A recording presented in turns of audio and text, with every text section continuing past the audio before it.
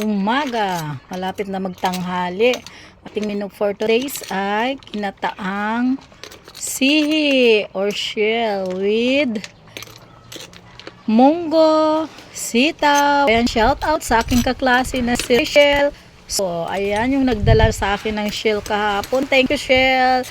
Shout out din nga sa aking sitaw kay Pariente, Jinky Abilio. Ayan, thank you ga. At thank you sa inyo. Sana more blessing to come.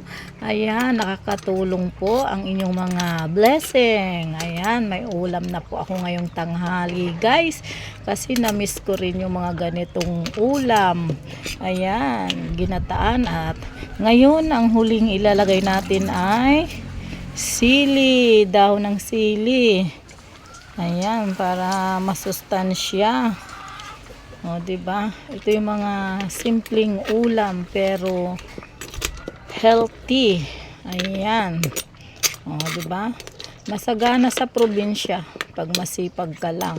At saka may mga taong ayan, nakakaalala sa iyo. Thank you. Ayan. At ayan, oras na lang ang aantayin. Kakain na tayo. Ayan guys, thank you for watching. Kung nagustuhan nyo ang aking luto.